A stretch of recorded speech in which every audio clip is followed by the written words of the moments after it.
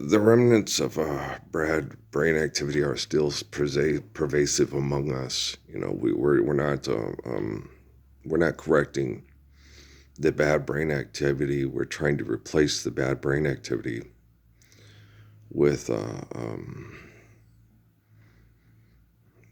with they're trying to reboot it. They're trying to remodel it, remarket it.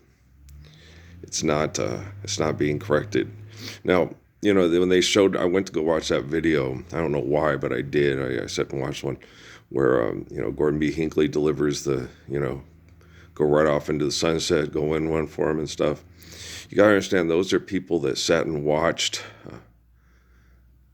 the private lives of my family and the private lives of other people's families that had connections to me in prayer and were being abused incessively and sexually compromised and abused by violent sex cult groups. Okay. And then considered me not fit to be the Messiah because I wasn't handling the situations right according to the people invading my house and watching the sexual abuse through economics in my house. Okay, you got to take that. Okay, that's Gordon B. Hinckley. That's Ezra Taft Benson. That's Monson. That's Russell Nelson. Okay. Now, and I would not put spy equipment in their bathrooms and their bedrooms and tell them, if you don't make money the righteous way, the way I say, I'm going to, judge you. That's why you're not doing it right. It's like it doesn't have anything to do with the fact that you're participating in debt and trespass in my house and not obeying the truth of the Lord and living real gospels. Okay. Get together a bunch of gladiators that use automobiles and money to extort and exploit and manipulate to feel powerful. Right. Yom Kippur, Rosh Hashanah, Hanukkah. Okay. Those are harvest celebrations. Times of getting together and giving, making sure everybody has, because difficult things happen for people, injuries, attacks, rape and murder and abuse from Philistines and Sumerians and Romans and Egyptians and Vandals and Visigoths and Mongols, okay, Cossacks, so on, so on, so forth. So we all have to get together to make sure that, or because people are fucking with the ecosystem and tearing apart to build monuments to their great dominant gladiator called insanity. There's tornadoes and there's earthquakes and shit like that, right? Volcanoes. Those happen naturally, but the more you disturb the ecosystem, the more the planet has to go back to radical ways of making sure that there's balance and harmony for the ecosystem to function, as opposed to, you see what I'm saying? And so the more violent and aggressive you are, the more the planet has to react to that. The more balance and harmony and understanding you are, the more the planet understands that we're maintaining that's things are right where they need to be, where there's a sweet spot, right? You meant for me to lie beside still waters and lie in green pastures, right? And so when things are good, you respect, you maintain, you do it in a healthy and intelligent manner. Okay. So we got to find ways to harvest in a way that are very, very healthy, not just to us, but for the trees, for everything, right? So we're going to have to look at everything and study it and understand it. And it's like, do we get these machines that shake the trees and stuff to get all the trees, the nuts off? Or do we have people like they used to do it the old-fashioned way, get the things and grab each limb individually and shake them? Or, how do we do this? Because this is not cash cropping. This is feeding people and making sure that the critters have enough, for the birds, right? Because without birds, you die. Without pollinators, you die. And so, like that one lady, well, the thing gets every piece of cotton. Is like, well, just come and take the cotton you need, and then you leave. No, and I'm like, you got to have something to replenish the soil. Well, then you create stuff in a lab, and you bring it and put it. And the insanity of human excessive compulsive behaviors to maximize everything, to make everything perfect, is quite insane. Nature is nature for a reason. It's not meant to be maximized by the ego. It's meant to be understood and appreciated by the human being that lets the soul tell the ego, you're fucked. Stop it, right? Amy explained it to me last night. She's like, the whole sexuality thing, they use it to be exploitive. And, doesn't it seem like everyone's getting younger, baby? Guess you're going to have to find yourself another pastime, judging from the past, and no, it won't be the last time. She's like, you try to get when you have this virtual presence of these predators and manipulators, you try to enjoy this and get as much out of it as fast as you can, and you try to get your kids to do it.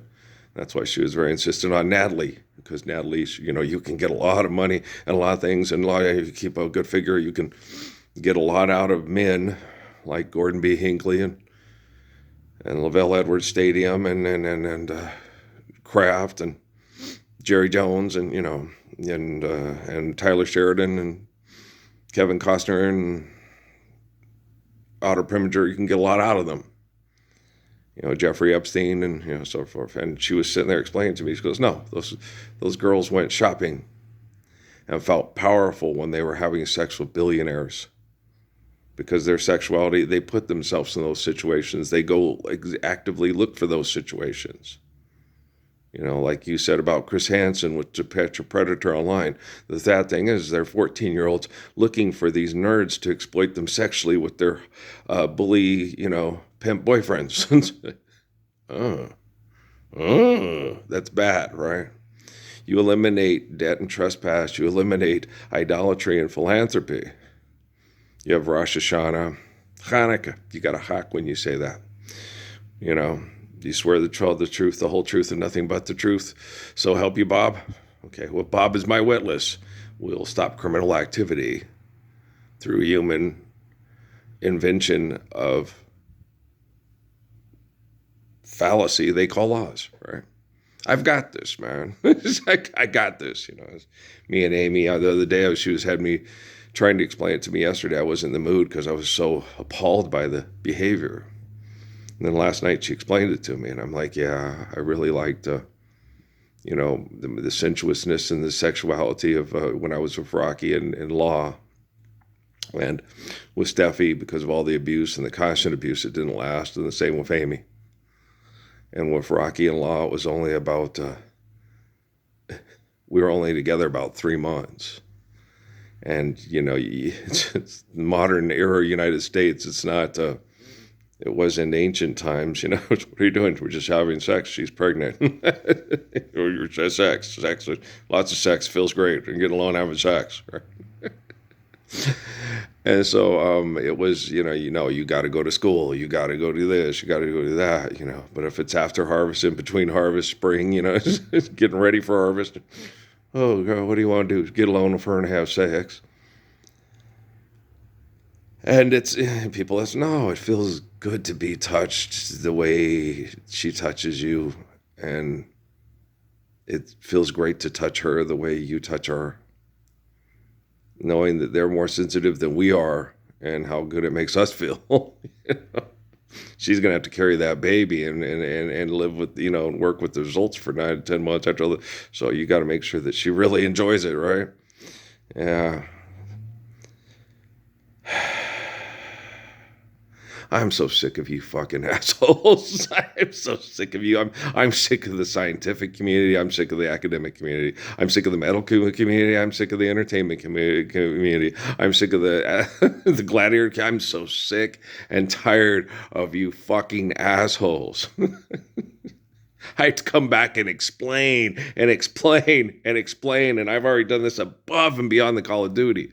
But I have to explain it even more because you're so fucking RuPaul Drag Race is broken and boring. Why do you want to get all dressed up and put on a sexual show in front of everybody for lots of money to go shopping at Neiman Marcus? Share, care, give, and accordance need built to last. Sexuality is something for someone special. Someone protecting, someone kind. Someone who raises children to not make other people feel inferior Amy used to say that these guys look better than I do. That's not true. They're guys. They take off those clothes. They're Borat and Hazmat. Okay. Not a beautiful woman who has children. But so is women are so fat and ugly. You're abused and tired because they're ugly. Okay? They're mean. They're vicious. All they care about is being more sexually desirable than the next person. They don't care about the person having romance and intimacy and having that romance and intimacy protected by righteousness and faithful love. They're assholes. They're mother stuffing, child molesting, mind raping, motherfucking murdering assholes. The whole fucking lot of them. They're all Salem's Lot on crack. And if you don't stop doing public displays for idolatry that murders and rapes children to death from brothels in Mexico, I can't stop you from beating the hell out of another woman for entertainment in Puerto Rico and wanting to do it in El Paso. You can get all the electroshock therapy in the world and all the drugs in the world. It's not going to stop you from being one of their assholes. I'm a man. I put in the love. I put in the work. I can barely get out of bed some days because of all the chemical poisoning, because of the perverts that sexually compromise and abuse my family to make me feel inadequate and perverse. I am the strongest, most beautiful, brave man in the history of your pathetic existence, and it shouldn't be pathetic because you should be celebrating the glory of the soul and not fighting for the fuck of the buck. Tom Cruise, you are such a putz. Don't tell Miscavige anything. He knows. That's why he avoids the limelight. You run to it all the time because you think you're the sexiest fucking stunt man in the history of fuck man. Miscavige, he knows. God damn. I'm L. Ron fucking Hubbard. Isn't that pathetic, Otto Preminger? Because you're just like my ma, and you're nothing like my mom. My mom will kick your ass and spit you out. You're nothing but a big booby blonde bimbo for Porter Wagner. You're nothing like my mother. You tell Jolene you're sorry, and her name is Marianne, asshole. No, I don't want to go to the brothels in fucking Juarez. Fuck you. Oh, what do you want to do? Shut down all the brothels in fucking Juarez. One starry night in a little town in old Mexico, I found my love down by the sea where soft trade winds blow. She came in the night with perfume that sweetened the air, and I lost my heart to the girl with gardenias in her hair. I danced her way, she smiled and my heart started to sing. She came into my arms, and the night became a sweet magic thing. When I held her close, I knew I'd follow her anywhere. And I lost my heart to the girl with gardenias in her hair. My mom used to put gardenias in her hair in San Antonio all the time when she said that. Yeah, they make you smell so pretty. I'd see them, they grow on this vine and everything, and I'd put them in my hair on the way to school. Like, you little old romantic sweetheart, Mary Poop. You little old romantic sweetheart. I could have told you, Marianne, this world was never meant for someone as beautiful as you. Not with all these home invading, mind fucking gladiator, You imagine Jesus showing up at the halftime of a football game, giving a win one for the Gipper speech. Okay, well, that's just like the Last Supper there. Do this in remembrance of me. What, go out there and kick the shit out of the Utes? Yeah, kick the shit out of the Utes in remembrance of me. Make sure that they don't get the ball past that fucking white line because they get more NIL money than us if we don't. Oh, yeah, I could see Jesus doing that. Yeah, no Rosh Hashanah, no Yom Kippur. No, everybody got everything they need. All the kids ate. Everybody's got bread and fish. And okay. Let's come up with some good recipes so everybody enjoys their food. We got nothing else to do. There's no video gaming. There's no gambling slots. There's no this, that. There's just life and love and food and liberty and happiness. Oh, Rosh Hashanah. Oh, Yom Kippur. Oh, Hanukkah. Help us, save us. Save us, Ralph. Ramadan can. Ramadan can. Okay, I can do this. I've already done it, man. I've done it above and beyond the code. I did it by January 22nd, 2013 to anybody that's righteous and holy. So who is that? Me.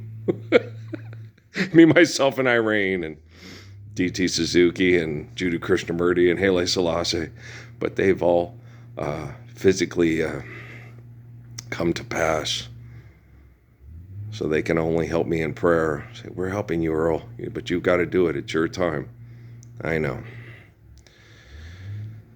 Oh, fiddle, faddle, and rots.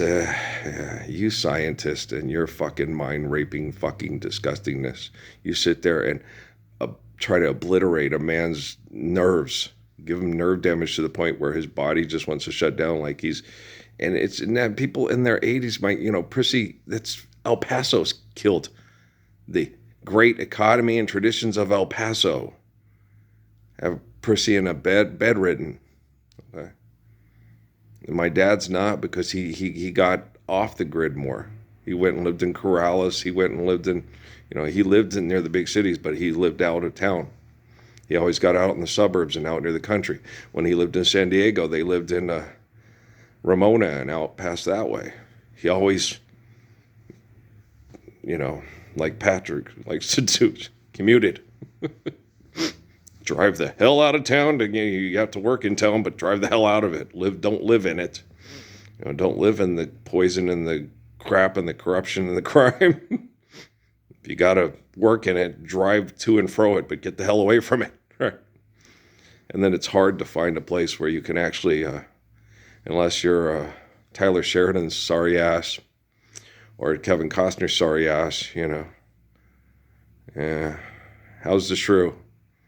Okay. Tell her I said fuck off. Give her the goddamn house. You too, Mel Gibson, you rotten son of a bitch. Give her the goddamn house. You get the boys in the van. Some of them it's her friends, some of them his friends, some of them understand. Oh, this is just a small town city and everyone can see you fall. It's got nothing to do with pity. I just wanted to give you a call. Steffi, are you okay? Rocky, are you okay? Yolanda, are you okay? Amy, are you okay? Jant, are you okay? Kimberly, are you okay? Maria, I don't know if Maria's with us anymore, you murdering sacks of shit. I hope she's okay. It's hard to be okay when you're being abused in Orlando and Charlotte and Phoenix and Tucson and El Paso and Denver.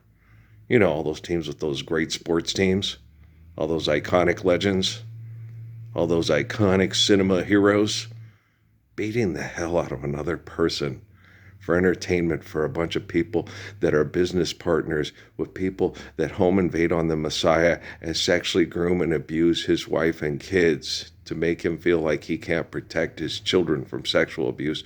That's pathetic. How pathetic is the modern era and how pathetic is the modern gladiator? Tom Cruise, could you please testify? Will Smith? Scientology, jocularity. Everybody, let's do our best impersonation of William Christopher being Father Mulcahy. Jocularity. Daisy's turned a particular color of purple. Okay. Oh, look, it's Irving, the drunk dog. He's a lush. Let's give him more booze. And then he'll puke, and then he won't have any more. Like me with Cool Whip? Yeah. I think the Cool Whip was just pushed it over. I'm pretty sure it was my favorite, the ice cream and root beer floats.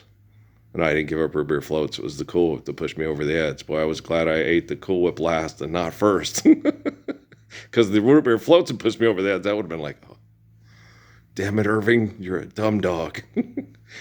Gave up root beer floats by gorging myself with them. Oh, that'd be stupid. Don't want to give up root beer floats. One of those at least once a month. Oh, yeah. and deserve it, because you don't live in pollutants, you don't do chemtrails on people to decrease surplus populations, to maintain status quo of murdering psychotics that use technology to bombard people with their abuse and say, hey, you'll never win, now give in, look out, the couch is chasing you, the bed is chasing you. We spend about 8 hours out of the 24-hour day sleeping. And then we spend about 8 hours of the 24 hours a day sitting. Okay. And then most of us don't, but we could spend about 8 hours a day getting, they do. You get up moving around. Get back to work. I'm not paying you to have fun. Get back to work. I gotta make more money. I'm the most rotten, disgusting, vile, home invasion, child molesting, murdering fucker in the history of the world. But I put on a really good show as if I have good moral values and I'm the prophet. Yeah. Profit.